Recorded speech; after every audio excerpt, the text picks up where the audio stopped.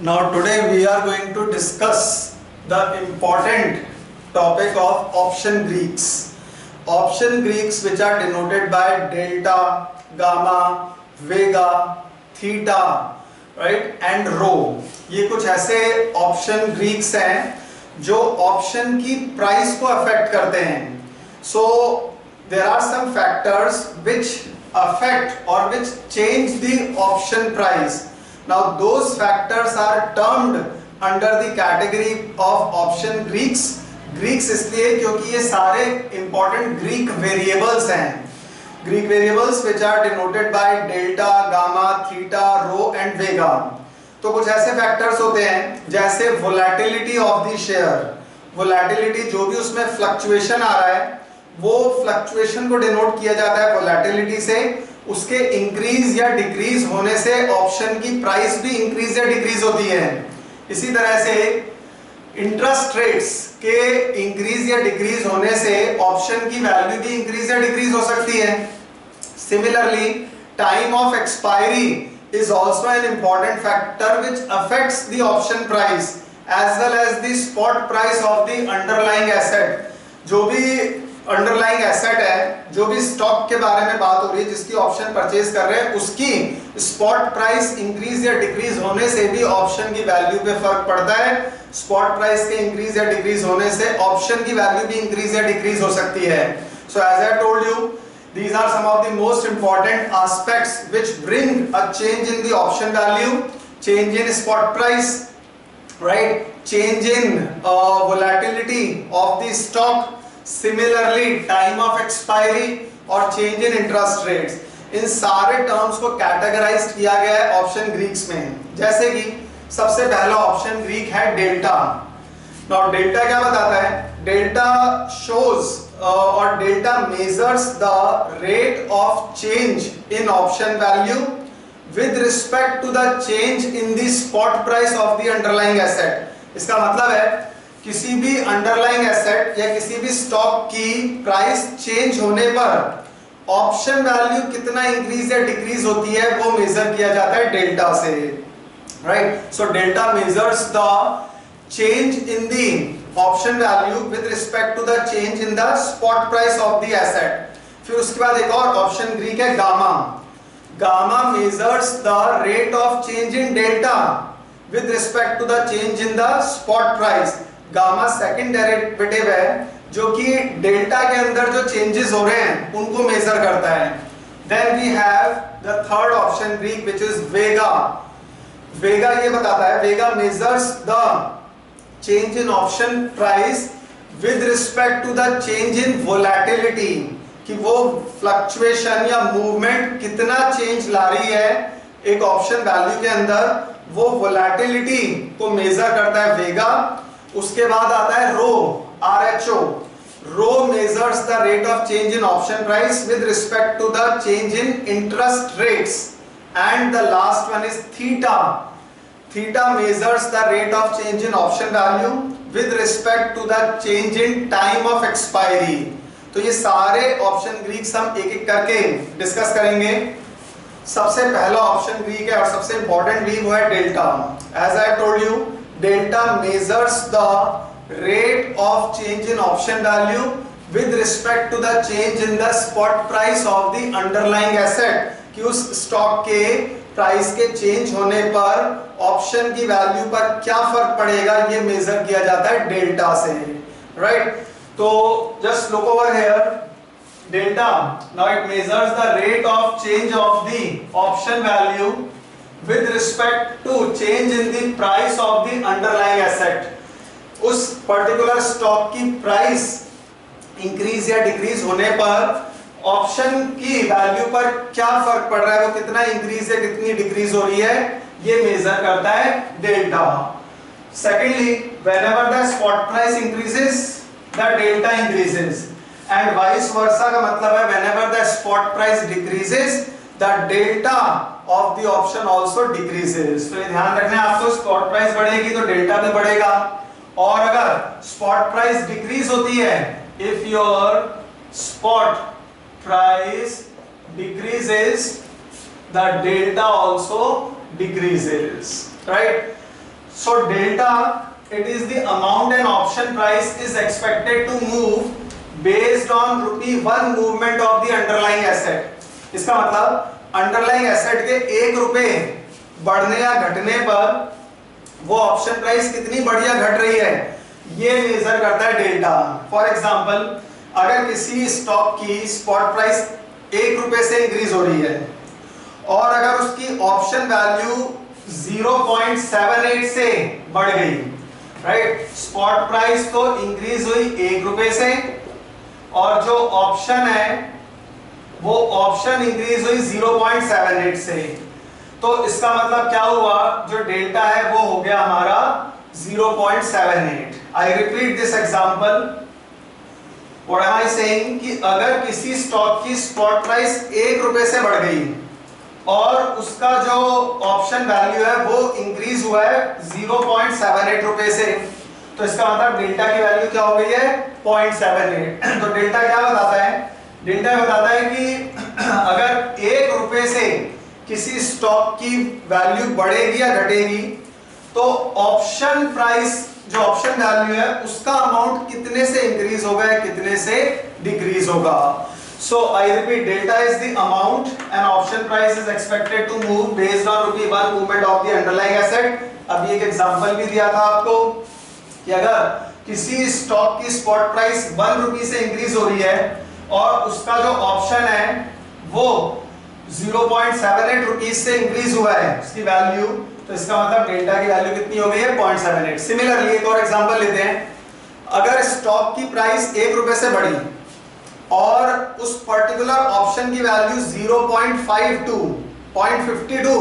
रुपी से बढ़ गई या 52 पैसे से बढ़ गई, इसका मतलब क्या हुआ कि डेल्टा की वैल्यू है 0.52। आई रिपीट कि अगर स्टॉक की वैल्यू ₹1 से इंक्रीज हुई है और ऑप्शन की वैल्यू 0.52 रुपी से इंक्रीज हुई है, इसका मतलब क्या हो गया, डेल्टा की वैल्यू है हमारे पास 0.52। So call options have positive delta between 0 to +1 and put option have negative delta 0 to -1। तो ये इसका नेचर भी ध्यान रखिएगा। कॉल ऑप्शंस का जो डेल्टा की वैल्यू होती है वो होती है 0 से लेकर पॉजिटिव +1 के बीच में। पुट ऑप्शन की जो डेल्टा की वैल्यू होती है वो नेगेटिव होती है 0 से लेकर -1 के बीच में। डेल्टा को कैलकुलेट करने के लिए ये फॉर्मूला यूज करते हैं हम, चेंज इन ऑप्शन प्राइस, जो भी ऑप्शन में चेंज आया है वो अभी एक एग्जांपल से भी बताया था आपको, upon change in spot price. जैसे चेंज इन ऑप्शन प्राइस था 0.78, चेंज इन स्पॉट प्राइस था ₹1, तो 0.78 अपॉन 1 क्या हो गया, 0.78। तो डेल्टा की वैल्यू क्या हो गई थी वहां पर, 0.78, राइट। तो delta is calculated with the help of this formula, change in option price upon change in spot price. Black-Scholes model में भी डेल्टा कैलकुलेट किया जाता है और उसका फॉर्मूला है ND1। Remember the formula for calculating delta, it is ND1 where ये जो n है ये नॉर्मल डिस्ट्रीब्यूशन वैल्यू और D1 को निकालने के लिए आप लोगों को फॉर्मूला सिखाया जा चुका है, that is natural log of S upon K plus R plus standard deviation square by 2 into T upon standard deviation under root of T. So this is how you calculate the value of delta. So you can calculate the delta in the Black-Scholes model also with the help of this formula. ln का मतलब है natural log, S upon K spot price upon strike price, R plus standard deviation square by 2 into T whole divided by standard deviation of under root T, and D1 normal distribution value of D1। and remember, as the options move closer to expiry, delta for ITM का मतलब होता है in the money, जो delta है in the money options का वो तो होता है it approaches 1, delta for ITM approaches 1 in the money का मतलब है वो ऑप्शंस जहां पर स्पॉट प्राइस ग्रेटर होती है स्ट्राइक प्राइस से, जहां पर आपका पैसा बन रहा होता है, जहां पर आपको प्रॉफिटेबल सिचुएशन होती है, वो होती है in the money, where you are gaining money right, you are earning money, you are earning profit, वहां पर आईटीएम के अंदर तो delta approaches 1 and delta for OTM, OTM का मतलब होता है out of the money, where you are losing money, you are having loss, वहां पर आउट ऑफ द मनी, और आउट ऑफ द मनी कब होती है, when spot price is less than strike price, जहां पर स्पॉट प्राइस कम हो जाती है स्ट्राइक प्राइस से, वहां पर यू आर लूजिंग मनी और उसको बोला जाता है OTM, out of the money. So डेटा for OTM options it approaches 0, ये इसका एक और नेचर याद रखना है। डेटा for ITM options it approaches 1 in the money where you are getting profit, it approaches 1, and delta for out of the money approaches 0. So this was about delta. Kindly note down for delta, then we are going to discuss in brief the concept of gamma.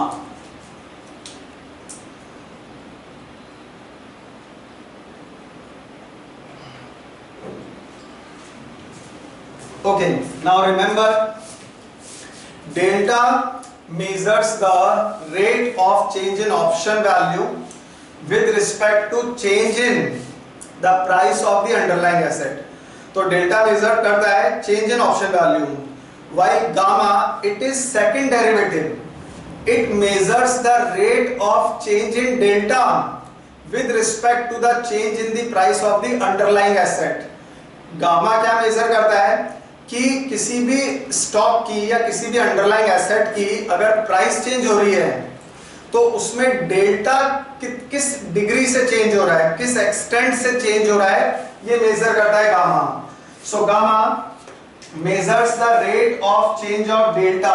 Gamma किसका change major कर रहा है, delta में क्या changes हो रहे हैं with respect to change in the price of the underlying asset, कि अंडरलाइंग एसेट की प्राइस इंक्रीज या डिक्रीज होने पर डेल्टा कितना इंक्रीज या डिक्रीज हो रहा है, ये मेजर करता है गामा।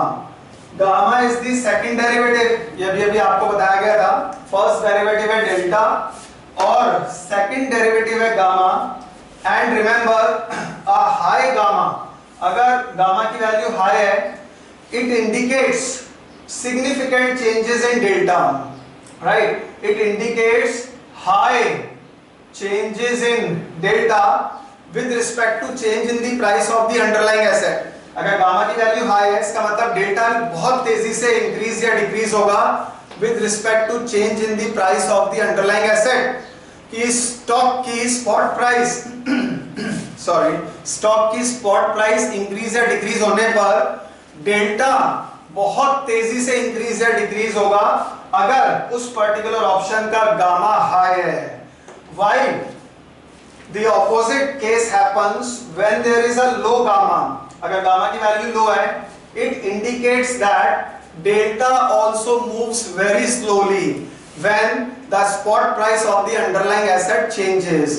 मतलब अगर किसी भी अंडरलाइंग एसेट की प्राइस चेंज हो रही है, इंक्रीज या डिक्रीज हो रही है, तो अगर उसका गामा, उस ऑप्शन का गामा लो है, तो दैट मीन्स कि डेल्टा भी फिर बहुत स्लोली मूव करेगा।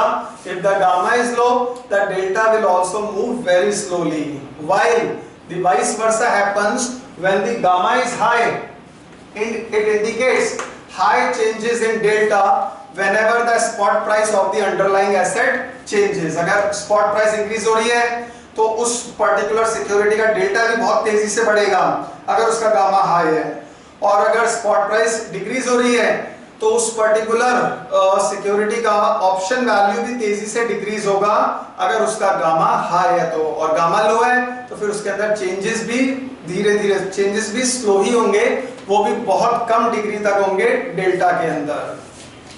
So remember, high gamma indicates high changes in delta and low gamma indicates that delta moves slowly, that the value of delta will increase or decrease very slowly whenever the spot price of the underlying asset changes. Now, gamma is calculated by this formula, which is change in delta upon change in spot price.